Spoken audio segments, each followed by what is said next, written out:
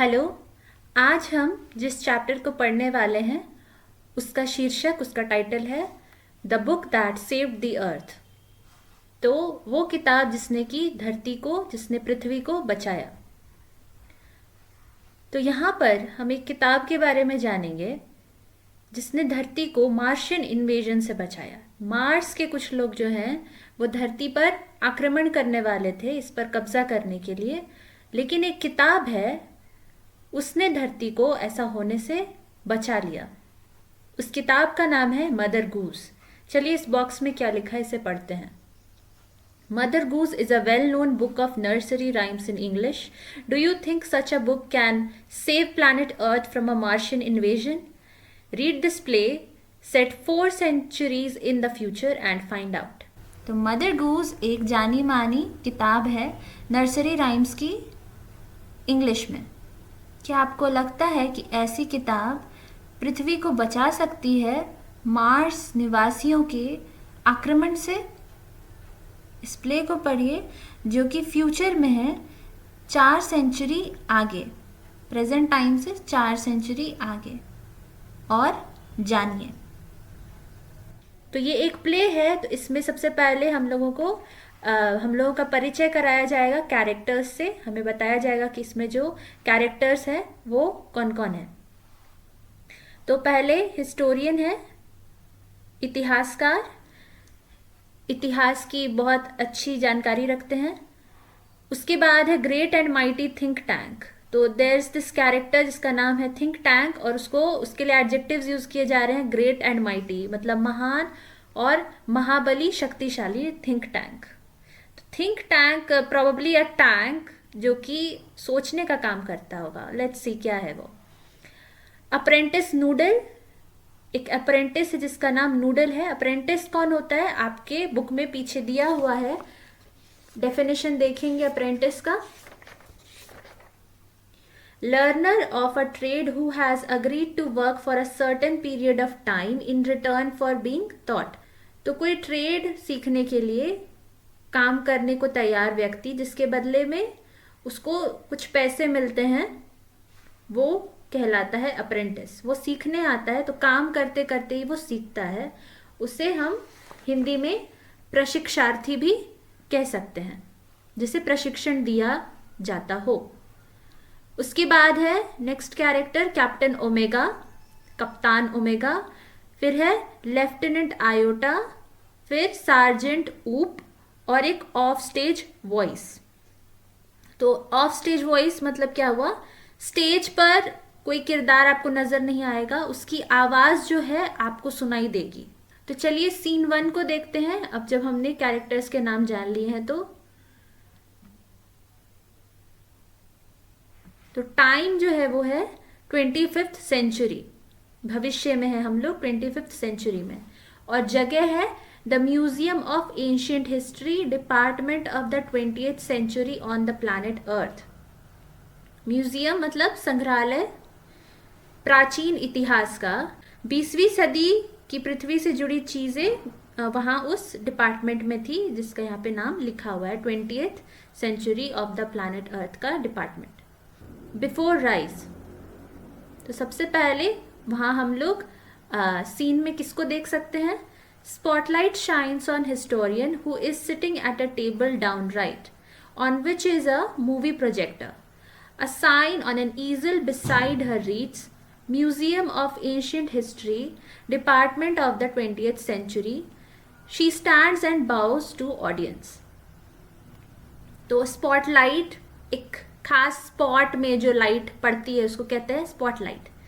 ठीक है, तो हिस्टोरियन के ऊपर चमकती है, आती है स्पॉटलाइट, जो कि बैठी हुई एक टेबल पर नीचे दाहिनी ओर। उस टेबल पर एक मूवी प्रोजेक्टर रखा है। तो आपने देखा होगा जो लाइट पर्दे पर डालता है और उस पर्दे पर आप मूवी देखते हैं, वो प्रोजेक्टर करता है ना। तो जरूर इस मूवी प्रोजेक्टर से कुछ दिखाने वाली होगी हिस्टोरियन। ईजल जो है उनके बगल में, उस पर एक साइन लगा हुआ है और वो कह रहा है museum of ancient history, department of the 20th century. वो खड़ी होती हैं और दर्शकों को नमन करती हैं। तो यहाँ जो ईजल है, ईजल क्या होता है? ईजल होता है एक वुडन फ्रेम जिस पर कि बोर्ड रखा जाता है पेंट करने के लिए, जिस पर ब्लैक बोर्ड भी रखते हैं। ठीक है, यहाँ पर आप देख सकते हैं ना, ये वुडन फ्रेम जिस पर कि ये बोर्ड रखा हुआ है और इस पर एक आर्टिस्ट पेंट करता है, स्केचेस बनाता है। ओके, तो उस पर ये लिखा हुआ है। अब आगे देखते हैं कि हिस्टोरियन क्या कह रही हैं।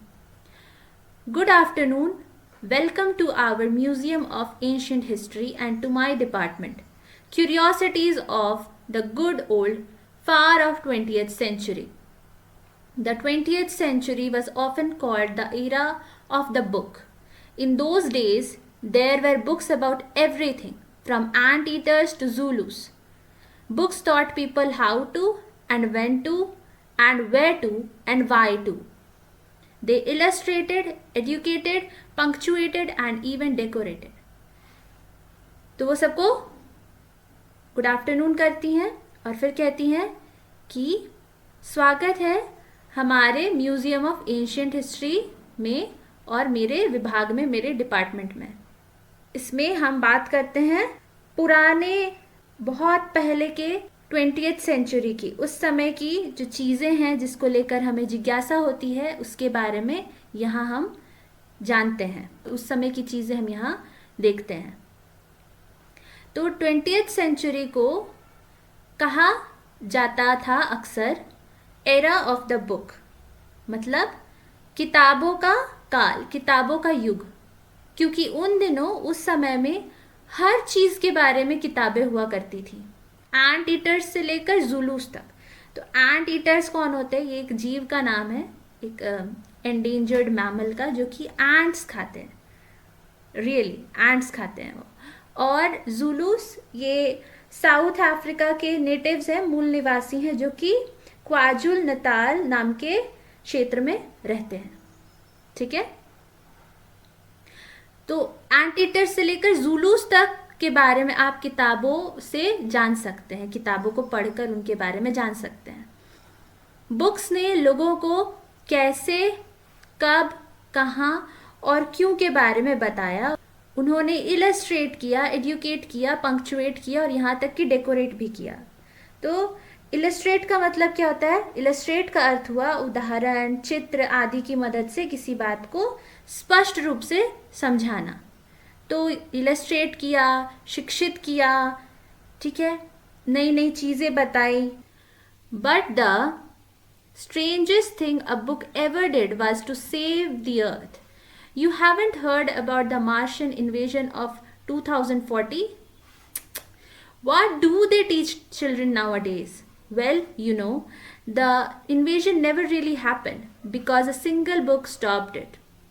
ऐसी चीज़ जो कि असामान्य कही जा सकती है, जो कि कभी किसी किताब ने की, वो ये थी कि उसने पृथ्वी को बचाया। आपने उस मार्शियन इन्वेजन के बारे में नहीं सुना जो 2040 में हुई थी? आजकल बच्चों को वो पढ़ाते क्या हैं?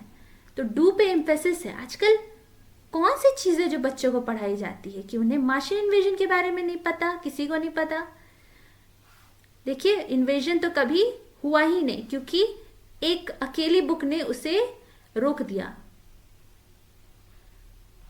What was the book, you ask? A noble encyclopedia, a tome about rockets and missiles, a secret file from outer space? No, it was none of those.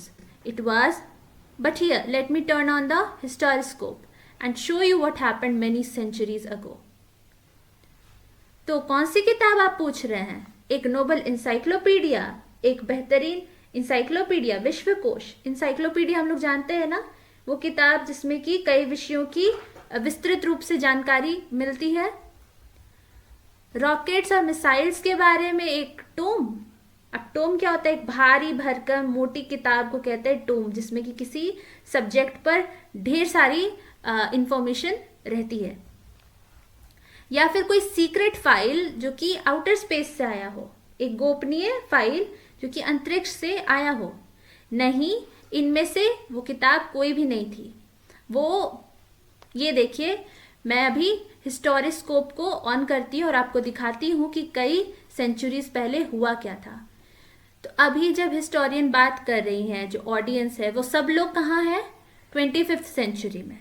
और अब जो हिस्टोरियन है वो सबको कहाँ लेकर जाएंगी, मतलब कब की बात बताएंगी, 2040 की।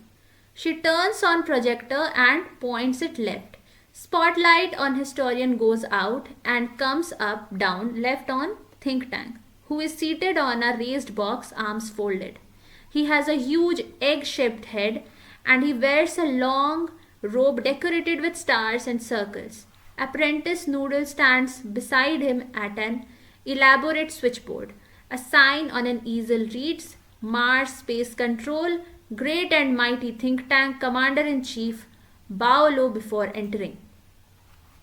तो वो प्रोजेक्टर ऑन करती हैं और उसको लेफ्ट की ओर मोड़ती हैं। अब स्पॉटलाइट हट जाती है हिस्टोरियन के ऊपर से और फिर वो पड़ती है किस पर, थिंक टैंक पर, जो कि एक उठे हुए बॉक्स पर बैठा हुआ था, अपनी आर्म्स को फोल्ड करके, मोड़ के, इस तरह से, ठीक है, आर्म्स फोल्ड करके वो बैठा हुआ था।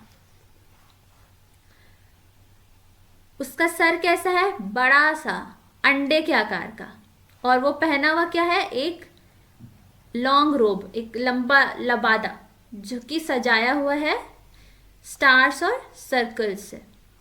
उसके साथ में अप्रेंटिस नूडल है उसके बगल में, जो कि खड़ा है एक इलैबोरेट स्विच बोर्ड पर, एक बड़े से स्विच बोर्ड पर। आपने देखा होगा इस तरीके के स्विच बोर्ड के ऊपर।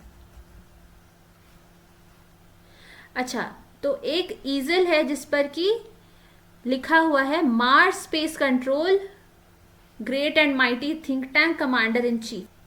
जगह का नाम लिखा हुआ है मार्स स्पेस कंट्रोल, और यहाँ पे कौन मिलेंगे, commander in chief, great and mighty think tank. तो थिंक टैंक का जो पोजीशन है वो कमांडर इन चीफ का है, और लिखा हुआ है कि नमन करे अंदर आने से, प्रवेश करने से पहले। तो किसको नमन करने की बात हो रही होगी, थिंक टैंक को। ठीक है, तो अब हम लोग डायलॉग्स देखते हैं। नूडल है थिंक टैंक के पास खड़ा, पहले वो क्या कह रहा है, बाव करते हुए, O great and mighty think tank, most powerful and intelligent creature in the whole universe, what are your orders. तो ओ महान और शक्तिशाली थिंक टैंक, सबसे ताकतवर और सबसे बुद्धिमान जीव इस पूरे ब्रह्मांड में, आपके आदेश क्या हैं। तो ये कैसे बोल रहा है, जैसे कि थिंक टैंक एक राजा है और ये मंत्री, ठीक है, तो मंत्री आए हैं राजा के पास आदेश लेने के लिए। तो थिंक टैंक कहता है, peevishly, you left out part of my salutation, apprentice Noodle, go over the whole thing again. Peevishly मतलब क्या हुआ, चिड़चिड़ा के, ठीक है, चिड़चिड़ाहट के साथ, उस लहजे में थिंक टैंक कहता है कि तुमने अभिवादन का एक हिस्सा छोड़ दिया, you left out that part, apprentice noodle, तो पूरी बात फिर से कहो। अब नूडल कहता है, it shall be done sir, ऐसा होना चाहिए सर। अब सिंग सॉन्ग में, गाने के लहजे में, जैसे कि आलापचारी कर रहा हो, आवाज ऊंची नीची करके एक सांस में नूडल बोल रहा है, O great and mighty think tank, ruler of Mars and her 2 moons, most powerful and intelligent creature in the whole universe, what are your orders.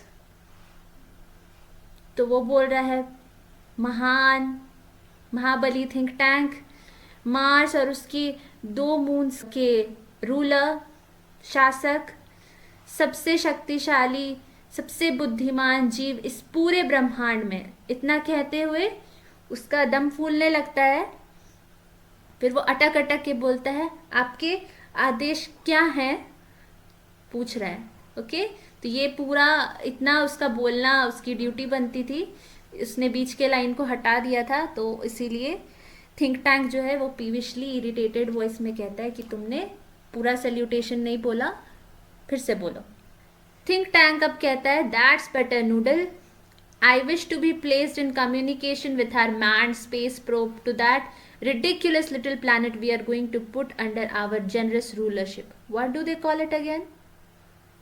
ये ठीक है नूडल, मैं संपर्क में आना चाहता हूँ या संपर्क करना चाहता हूँ उस मैंड स्पेस प्रोब से जो कि गया है उस भद्दे छोटे से ग्रह पर, जिसको हमने सोचा है अपने उदार शासन में रखने का, है ना, शासन जिस पे करने का हमने सोचा है। क्या कहते हैं उसको, फिर से बताना। तो मैंड स्पेस प्रोब क्या हुआ, खोजबीन वगैरह करने के लिए वो यूनिट जिस पर कि कर्मचारी काम कर रहे हैं, ठीक है। तो अर्थ के बारे में जानने समझने कि वहाँ कौन रहते हैं, क्या करते हैं वगैरह वगैरह, कि बाद में उस पर आक्रमण कर सके पूरी ताकत के साथ और जल्दी से जल्दी उस पर अपना कंट्रोल कर सके। तो उसके लिए कुछ लोगों को भेजा है थिंक टैंक ने अर्थ पर, ठीक है। उनसे वो संपर्क करना चाहता है। अब वो बोल रहा है, उससे वो भूल गया है कि किस किस ग्रह पर उसने भेजा है उनको। तो वो बोलता है कि क्या बोलते हैं उस ग्रह को, फिर से कहना। नूडल बताता है Earth your intelligence. Think tank कहता है Earth of course, you see how insignificant that place is, but first something important, my mirror, I wish to consult my mirror.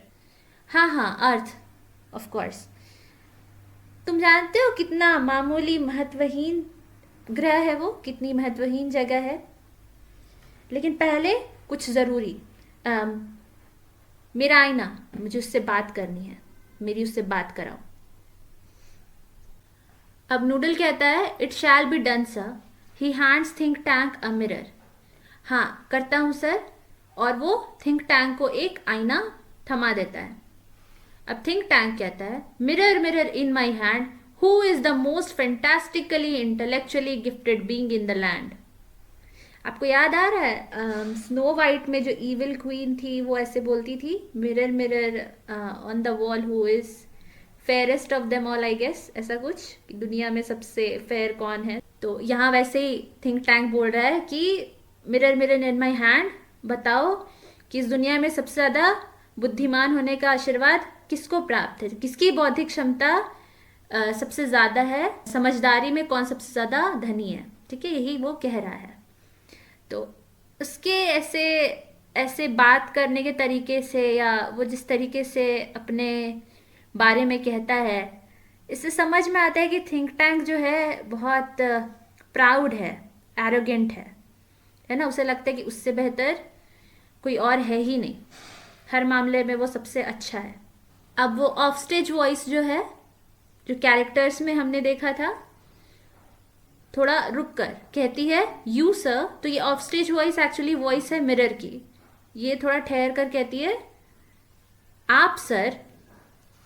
Think tank smacking mirror, quicker, answer quicker next time, I hate a slow mirror. He admires himself in the mirror, ah there I am, are we martians not a handsome race, so much more attractive than those ugly earthlings with their tiny heads. Noodle, you keep on exercising your mind and someday you'll have a balloon brain just like mine. तो चूंकि mirror जो है थोड़ा रुक कर फिर कहती है यू सर, तो उसे गुस्सा आ जाता है और वो मिरर को पटकता है, स्मैक करता है और कहता है जल्दी, अगली बार जल्दी जवाब देना, मुझे स्लो मिरर से नफरत है। और फिर वो अपने आप को निहारने लगता है मिरर में, कहता है वो ये रहा मैं। हम मार्शियंस एक खूबसूरत जाति नहीं है, कितने ज़्यादा आकर्षक हम लगते हैं उन भद्दे बदसूरत अर्थलिंग्स से जिनका सर छोटा होता है, ठीक है। तो अर्थलिंग्स, एलियंस जो हैं वो पृथ्वीवासियों को कहते हैं अर्थलिंग्स। नूडल, तुम दिमाग की कसरत करते रहो और एक दिन तुम्हारा भी बलून ब्रेन होगा, तुम्हारा भी ब्रेन गुब्बारे जैसा होगा मेरी तरह, लाइक माइन। नूडल कहता है O I hope so mighty think tank, I hope so, मैं उम्मीद करता हूँ माइटी थिंक टैंक, मैं उम्मीद करता हूँ। थिंक टैंक आगे कहता है now contact the space probe, I want to invade that primitive ball of mud called earth before lunch. ठीक है, अब संपर्क करो स्पेस प्रोब से, उस दल से जो खोजबीन करने गया है, मैं उस प्रिमिटिव बॉल ऑफ मड, मतलब कि बहुत पुराना कीचड़ का बॉल जिसे अर्थ कहते हैं, उस पर आक्रमण करना चाहता हूं लंच से पहले, लंच करने से पहले, लंच टाइम से पहले। नूडल कहता है it shall be done sir. फिर वो क्या करता है, ही एडजस्ट्स levers on switchboard, electronic buzzes and beeps are heard as the curtains open। तो हो जाएगा सर, करता हूं सर बोल के वो क्या करता है, स्विच बोर्ड के लेवर्स को एडजस्ट करता है, जिसके बाद इलेक्ट्रॉनिक बज और बीप की आवाज आती है और पर्दे खुल रहे होते हैं। अब हम लोग सीन 2 पर चलते हैं। तो इस सीन में हम जो मार्स स्पेस कंट्रोल है उसे देख पाएंगे और एक दूसरी जगह देख पाएंगे जो कि अर्थ पे है। टाइम है कुछ सेकंड्स बाद, अ फ्यू सेकंड्स लेटर, और प्लेस है Mars space control and the Centerville public library. तो मार्स स्पेस कंट्रोल में थिंक टैंक और नूडल है, और दूसरी जगह है सेंटरविल पब्लिक लाइब्रेरी, एक पुस्तकालय जो कि अर्थ पे है। At rise, Captain Omega stands at center, opening and closing card catalog drawers in a confused fashion. Lieutenant Iota is up left, counting books in a bookcase. Sergeant Oop is at right, opening and closing a book, turning it upside down, shaking it and then riffling the pages and shaking his head. तो captain omega बीच में खड़ी है और वो खोल रही है, बंद कर रही है कार्ड कैटलॉग ड्रॉर्स को कंफ्यूज तरीके से, जैसे कि उसे समझ नहीं आ रहा है कि ये सब क्या है। लेफ्टिनेंट आयोटा बाईं ओर है और वो काउंट कर रही है किताबों को बुक केस में जो रखे हुए हैं। सार्जेंट ऊप राइट में खड़ा है, दाहिनी ओर खड़ा है, वो खोल रहा है, बंद कर रहा है किताब को, उसे उलट रहा है, उसे हिला रहा है, उसके पन्नों को जल्दी जल्दी पलट रहा है और अपना सर हिला रहा है, क्योंकि समझ नहीं आ रहा कि ये चीज़ है क्या। तो हम लोग यहाँ तस्वीर है इसे देख सकते हैं। यहाँ कैप्टन ओमेगा है, वो ड्रॉर्स के सामने खड़ी है उसे लेकर। यहाँ लेफ्ट में लेफ्टिनेंट आयोटा है जो कि किताबों को गिन रही है, और राइट में सार्जेंट ऊप है जो कि किताबों को खोल रहा है, पलट रहा है, उलट रहा है, समझने की कोशिश कर रहा है कि ये क्या है।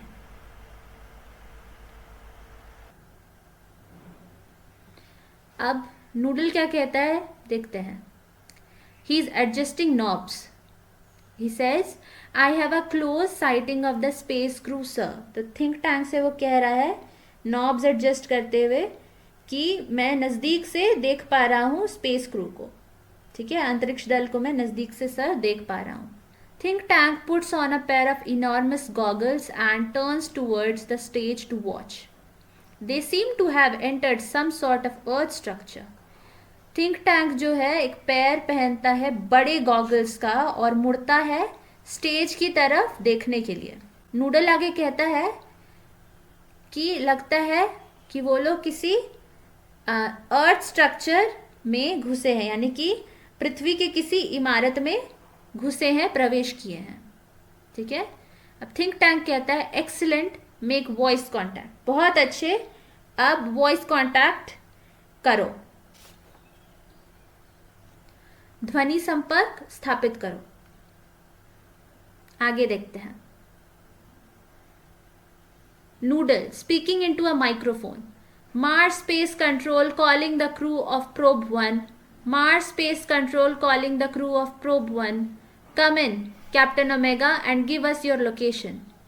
तो वो एक माइक में बोलता है noodle, Mars space control call कर रहा है प्रोब 1 के क्रू को, दल को। फिर वो इसी बात को दोहराता है और बोलता है कैप्टन ओमेगा हमें अपना लोकेशन दीजिए। Omega speaking into a disc which is on a chain around her neck, captain Omega to Mars space control, lieutenant Iota, sergeant Oop and I have arrived on earth without incident. We have taken shelter in this, indicates room, this square place. Have you any idea where we are, lieutenant iota? तो omega जो है वो एक disc में बोल रही है जो कि उसके चेन में लगी है, जिसे उसने अपने गले पर पहना है। वो कह रही है captain Omega to Mars space control. Lieutenant Iota, sergeant Oop और मैं पहुंच गए हैं पृथ्वी पर बिना किसी घटना के, यानी कि हमें आने में कोई परेशानी नहीं हुई। हमने शरण ली हुई है, दिखाती है रूम को, कमरे को, इस चौकोर जगह में। क्या तुम समझ पा रही हो हम कहाँ हैं लेफ्टिनेंट आयोटा? आयोटा कहती है I can't figure it out captain, holding up a book. I've counted 2000 of these peculiar items. This must be some sort of storage barn. What do you think, Sergeant Oop? मुझे समझ नहीं आ रहा captain, वो किताब को ऊपर उठाते हुए कहती है। मैंने ऐसी अजीब विचित्र चीज़ें, अटपटी सी चीज़ें 2000 गिन ली हैं। ऐसी 2000 आइटम्स मैंने गिन ली हैं। ये जगह ज़रूर किसी तरह की स्टोरेज बार्न है। ठीक है, बार्न क्या होता है? एक इमारत जिसमें कि बड़ी इमारत जिसमें कि फसल पुआल वगैरह को रखा जाता है। तो ये किसी तरीके का स्टोरेज स्पेस है, ये आयोटा का कहना है। अब वो कह रही है आपको क्या लगता है, आप क्या सोच रहे हैं सार्जेंट ऊप? अब ऊप का कहना है I haven't a clue, I have been to 7 galaxies but I have never seen anything like this, may be their hats. He opens a book and puts it on his head. Say, maybe this is a haberdashery. मुझे बिल्कुल नहीं पता, मैं 7 galaxies में जा चुका हूँ, लेकिन मैंने कभी ऐसी कोई चीज़ नहीं देखी। शायद ये हैट्स हैं, शायद ये टोपियाँ हैं। वो एक किताब खोलता है और उसे अपने सर पे रख लेता है। शायद ये एक हैबरडैशरी है। हैबरडैशरी क्या होता है? एक दुकान जहाँ की सूट, शर्ट वगैरह के कपड़े बेचे जाते हैं। वहाँ क्लोथिंग एक्सेसरीज, सिलाई की चीज़ें जैसे कि बटन्स, थ्रेड्स, ये भी मिलते हैं। स्टोर को कहते हैं हैबरडैशरी। अब ओमेगा कहती है Boeing low, perhaps the great and mighty think tank will give us the benefit of his thought on the matter. तो वो नमन करते हुए थिंक टैंक को कहती है कि शायद ग्रेट एंड माइटी, महान और शक्तिशाली थिंक टैंक हमें अपनी समझ का लाभ दे पाएंगे। वो हमें बता पाएंगे कि ये क्या है, ये चीज़ और ये जगह क्या है। देखते हैं। थिंक टैंक कहता है elementary my dear Omega, hold one of the items up so that I may view it closely. Omega holds a book on the palm of her hand. Yes, I understand now. Since earth creatures are always eating, the place in which you find yourselves is undoubtedly a crude refreshment stand. तो elementary my dear omega, आपको याद आ रहा है Sherlock Holmes Watson से कहते थे elementary my dear Watson, वैसे ही यहाँ लिखा है elementary my dear Omega. Elementary my dear Omega मतलब क्या हुआ कि ये बहुत ही साधारण सी, आसानी से समझ में आने वाली बात है। ओमेगा, जो आइटम्स हैं उनमें से एक को उठाओ ताकि मैं उसे नज़दीक से देख सकूं। तो ओमेगा एक किताब को अपनी हथेली पर रखती है। उसे देखकर थिंक टैंक कहता है हाँ, अब समझ आया मुझे। चूंकि ये जो पृथ्वी के जीव हैं ये हमेशा खाते रहते हैं, तो वो जगह जहाँ तुम अपने आप को पा रहे हो वो ज़रूर निसंदेह एक रिफ्रेशमेंट स्टैंड है, यानी कि जलपान का स्थान है। वो जगह जहाँ पे कि चाय, पानी, नाश्ता वगैरह मिलता है उसे कहते हैं रिफ्रेशमेंट एरिया, रिफ्रेशमेंट स्टैंड। अब ओमेगा कहती है आयोटा और रूप से ही says we're in a refreshment stand. वो थिंक टैंक की बात पहुंचाती है उनको कि थिंक टैंक कह रहे कि हम एक रिफ्रेशमेंट स्टैंड पर है। ऊप कहता है well the Earthlings certainly have a strange diet. वो कह रहा है कि अर्थलिंग्स सच में इनका जो डाइट है, इनका खान पान बहुत अजीब है, विचित्र है। थिंक टैंक कहता है that item in your hand is called a sandwich. वो आइटम जो तुम्हारे हाथ में है वो एक सैंडविच है। ओमेगा कहती है हामी भरते हुए अ सैंडविच। आयोटा भी कहती है अ सैंडविच। ऊप जो है वो अपने सर पे जो उसकी किताब उसने रखा हुआ था उसको हटा करके वो देखता है और कहता है अ सैंडविच, ये सैंडविच है, इसको सैंडविच कहते हैं। अब थिंक टैंक कहता है sandwiches are the main staple of earth diet, look at it closely. Omega squints at book. There are two slices of what is called bread and between them is some sort of filling. तो sandwiches जो हैं वो अर्थ diet का main staple है, यानी कि अर्थ के जो अर्थलिंग्स हैं उनका जो खान पान है उसका जो मुख्य आहार है वो सैंडविचेस हैं। उसको ध्यान से देखो। ओमेगा जो है वो आधी खुली आंखों से गौर से देखती है बुक को। वो जो 2 स्लाइसेस है उसको ब्रेड कहते हैं और उनके बीच में किसी तरह की फिलिंग है। तो बुक का जो फ्रंट और बैक है उसको थिंक टैंक कह रहा है कि वो ब्रेड की स्लाइसेस हैं और उसके बीच में जो पेजेस हैं उनको वो बता रहा है कि वो किसी तरह की फिलिंग है।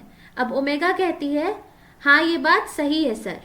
फिर थिंक टैंक बोलता है to confirm my opinion I order you to eat it.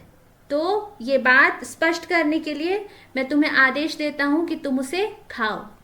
तो Omega she gulps, gulping, eat it.